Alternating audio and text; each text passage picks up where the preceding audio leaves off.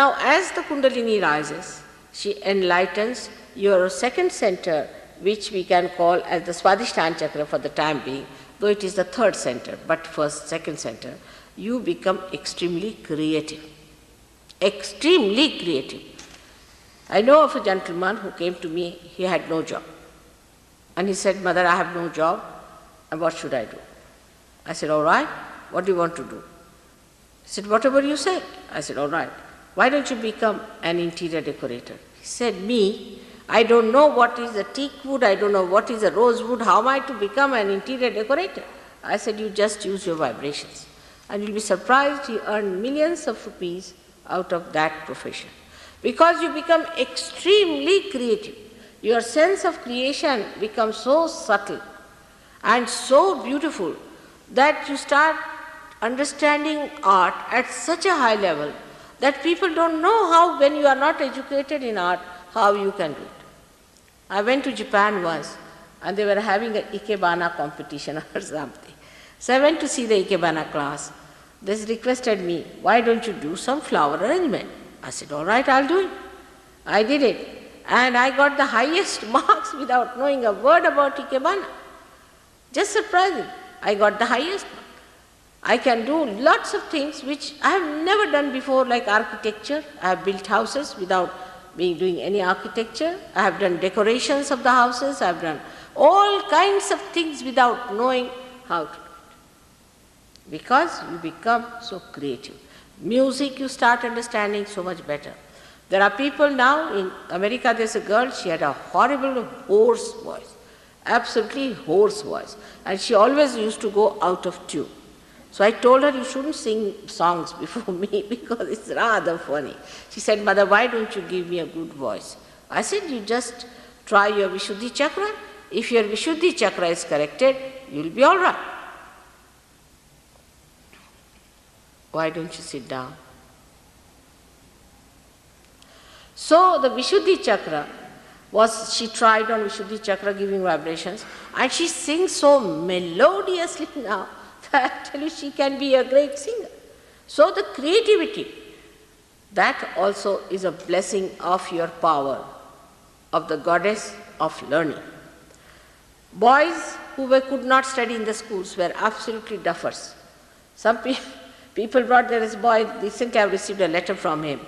When he came to me, his father said that he is going to be taken out of school because he is good for nothing, he cannot remember anything, he is absolutely finished. I said, all right, doesn't matter, let him take to surgery. He got his realization.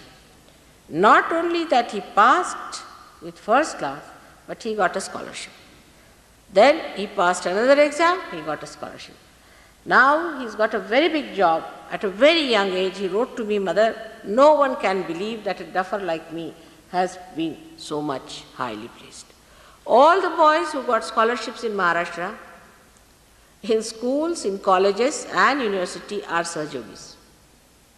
It is such a tremendous force that starts working in. If you try to give vibrations, say, to fruits or to trees or to, say, wheat and such things which are very important for life, any food, you'll be amazed that the food also grows so much more and the taste is so good and it lasts you so longer. Like one gentleman tried, a university professor in agricultural college, on some wheat, some vibrations. And he was amazed that when they collected this wheat was at least 6 times more than normal. And when this wheat was stored in a big hall like this, there were so many other things. The rats, who are always a menace in India, never touched that wheat. They ate all the rest of it but never touched the wheat.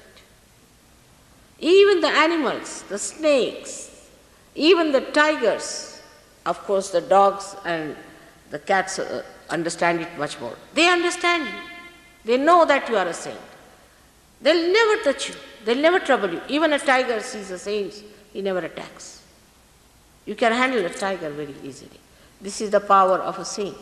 So you develop a tremendous capacity of creativity. The greatest capacity you have then is of creating a new human being out of an ordinary human being.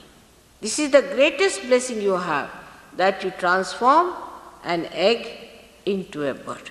And that is the epitome, that is the spiritual power you have, by which you can transform the whole human race into a new race which has this fifth dimension within yourself.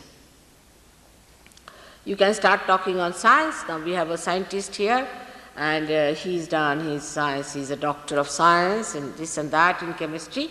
And I explained to him about this, where is the hydrogen and oxygen and nitrogen and all that within us, and he was amazed.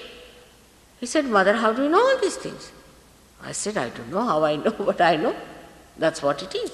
You just have a look at these. And he was amazed how I was telling him about spiral movement and linear movement of peptones. He said that for this I had to study so much. I said, for Sahaja Yoga you don't have to study. A little bit you know, and immediately you click the point. Now, this is the second thing that you know in your learnings, in your education, you are all right. But the mastery of this center comes,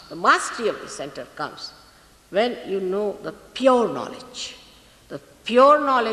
of handling the Kundalini, the pure knowledge of spirit, the pure knowledge of the blessings of God, of Rutambhara Pragya.